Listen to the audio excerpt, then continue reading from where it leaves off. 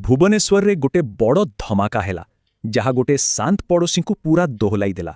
CCTV फुटेजरे देखागला केमिति गोटे छात हठात निया और धुआं उड़ीगला। विस्फोरणटा छात उपरे होइथिला और यार शब्द पूरा अंचल को थराई देथिला।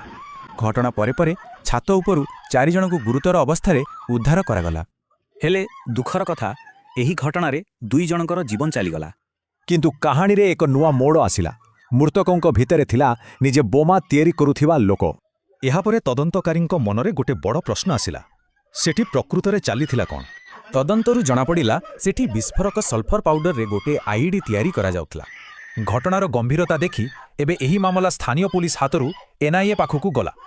एनआईए पई बड़ प्रश्न थिला, जदि बोमा न फाटे थांता तेबे एहार टार्गेट कोन थिला।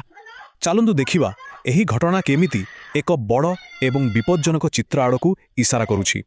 तदंत एबे 2टी दिगरे चलीछि। एहा एक ग्यांगवार थिला ना आतंकवादी षडयंत्र?